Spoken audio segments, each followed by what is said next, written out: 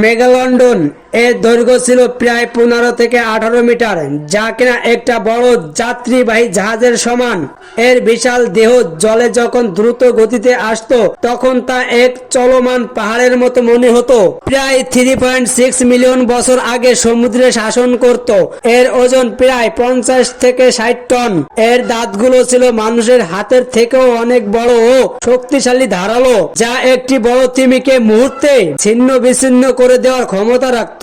সমুদ্রের প্রাচীন রাজা এবং সবচেয়ে ভয়ঙ্কর শিকারী, এটি ছিল এমন এক দৈত্যকার সামুদ্রিক প্রাণী যার সাথে আজকের দিনের কোনো হাঙ্গরের শক্তির তুলনা করা অসম্ভব। এই প্রাচীন রাজা হয়তো আজ বিলুপ্ত, কিন্তু বিশালতা ও ভয়াবহ গল্প আজও সমুদ্রের ঢেউর সাথে মিশে আমাদের ভয় ও বিষয়ে বার্তা দিয়ে যায়।